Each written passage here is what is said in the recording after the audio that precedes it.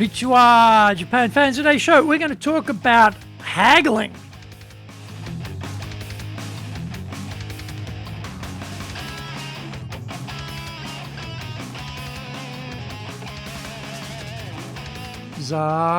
Eigo desu. それでは行きましょう. So let's get going. This is the 7th year of the Sales Japan Series podcast, broadcasting around the world from the Beverly Hills of Japan, Minato-ku here in downtown Tokyo. It is chic central.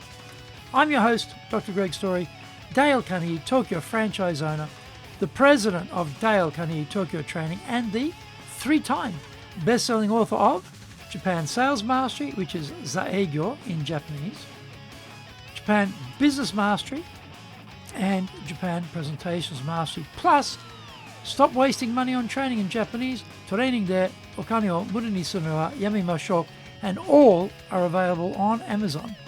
In this podcast, I want to help you to survive and, even better, thrive in business. 1. Sell more and do it more easily. 2. Exceed your targets. In fact, blow up your targets. 3. Make some serious money. Don't forget to subscribe and share this podcast with your family, friends, and colleagues. We are not being sponsored by Libsyn, but we value your privacy, which is why we have our podcast hosted by Libsyn.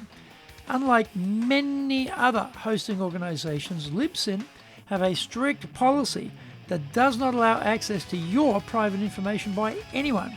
Here is our daily podcast lineup on Apple Podcasts. Mondays, the Cutting Edge Japan Business Show podcast.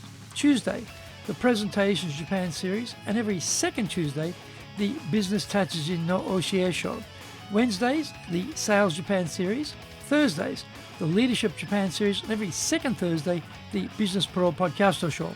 Fridays, the Japan Business Mastery Show podcast. Saturdays, Japan's top business interviews. Now, this is episode number 341. 341. Today we're talking about haggling over the sales price in Japan. In Japan, we don't have the custom of haggling when we go to shop. The price is the price is the price. In the consumer world, if you don't like it, don't buy it. In the B2B world, though, there is often a price negotiation. This can be related to volumes being purchased for tangible goods, or it could be for services as well.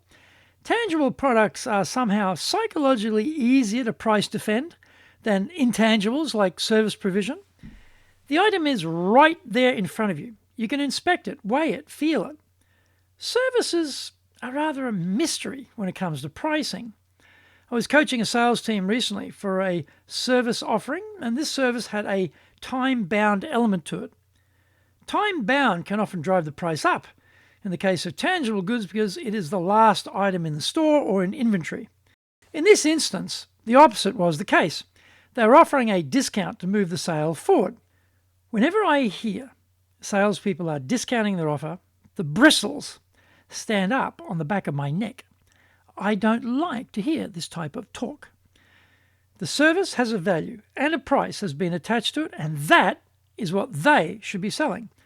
Untrained salespeople, however, are very quick to start conditioning buyers to expect a discount by dropping the price immediately.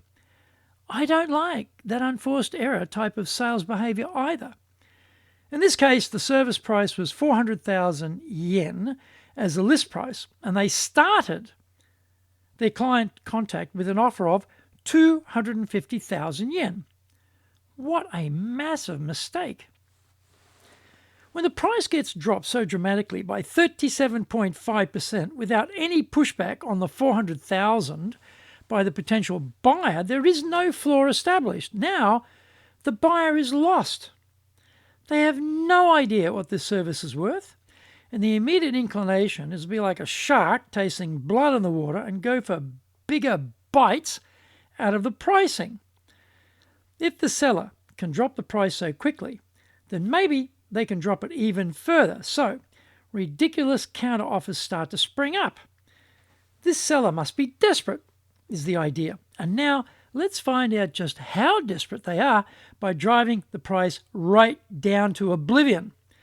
250,000 yen becomes the ceiling, and the buyer explores where the floor is, and that means starting super low on the pricing and seeing how much they have to come up with.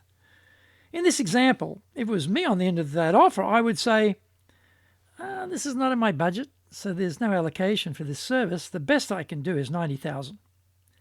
There's no pressure on me, and I can nominate any crazy number I like. Now the discount is at 77.5%. The reason I'm doing this is because I have no clear idea of the value of the service, because the salesperson is only talking price to me and telling me if I take the offer by X date, I can get it at this discount. Am I in a hurry? No. Do I care when the cutoff date is? No. Find out more. Come back from the break.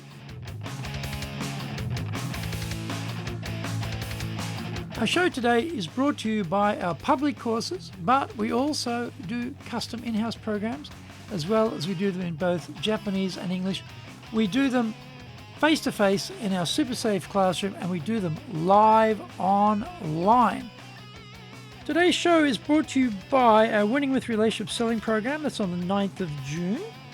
Total sales cycle is covered here, but we do it from the perspective of how to build a relationship with the buyer, because we are not after a sale, we're after the repeat order. That means you can't have all these tricky-dicky sales closing techniques, blah, blah, blah, and con the buyer or beat the buyer, overcome the buyer or force the buyer to buy, and imagine they want to deal with you again. That's a lose-lose situation, you know. You lose the deal for the future and they lose in the interim because you've been so sneaky and tricky and smarty pants about it. Instead, we are here for the long term. We're here for the reorder. We are here to build a relationship. So we need to know what we're doing. This course teaches you to know what you should be doing. Also on the 9th of June, we have our Dale Carnegie course. Also, we'll have it again on the 11th of June. This is a tremendous program. It's our flagship program. If you need to change mindset, if you need to step up, if you need to be better with people, if you need to be a better communicator, if you need to be a leader people want to follow, if you need to deal with your stress, it's all wrapped up in the one wonderful program. On the 15th of June, we're doing our high-impact presentations, 2 instructors, 2 days, the main modules, everything videoed, massive coaching. You are getting one-on-one feedback for 2 days in a row. It is incredible. This is why the results are so dramatic. This is why people come in one end on the first day, go out the evening on the second day, totally changed. They are transformed. They are unbeatable. Any place, any time, any audience, any content, they are bulletproof after they've been through this program. Go to our website at www.dale-carnegie.co.jp. Get my best-selling books, Japan Sales Mastery, which in Japanese is Zaegyo. This is the Bible for selling in Japan. Japan Business Mastery, Japan Presentations Mastery, plus Stop Wasting Money on Training, which in Japanese is Training de Okane o Muru ni Sunu wa Yamimashou, and all are available on Amazon. If you like learning by watching videos, we have nearly 2,000 there for you at Tokyo, Japan, Dale Carnegie TV on YouTube. We release 3 TV shows every week on YouTube. The Cutting Edge Japan Business Show, that's the premier business show on Japan every Monday, Tokyo time. Fridays, we have the Japan Business Mastery Show, and on Saturdays, we release Japan's top business interviews, where I interview leaders from small and medium enterprises all the way up to the corporate captains of industry on one topic, leading in Japan. Every second Thursday, we release the Business Pro Television Show. You can email me at greg.story@dalecarnegie.com. Welcome back. The better approach would be to sell the service at 400,000 yen and explain why that number is justified by detailing the value behind it. I wouldn't even mention the cutoff date because that is pressure on me and not for the buyer. You could argue that this effort has been previously made and hasn't produced enough sales, so there is a need for a desperate last push to get some money in before the cutoff date. The reason I don't like this approach is we are training the buyer to slam us with demands for discounts every time we contact them. When we call next time, all they remember is we are the salesperson with no flaw on their pricing, and we can push the seller around hard and get a big discount. we better let the money walk away and allow the cut-off date to pass. We should try again at another time when there isn't any time pressure being applied to us. If we're going to discount, then where possible, it should be in exchange for a volume purchase. The discount increments should be small and the price floor should be set high. We need our BATNA, B-A-T-N-A, best alternative to a negotiated agreement. In other words, we fix the minimum price we will sell at and we walk away from the buyer rather than the other way around.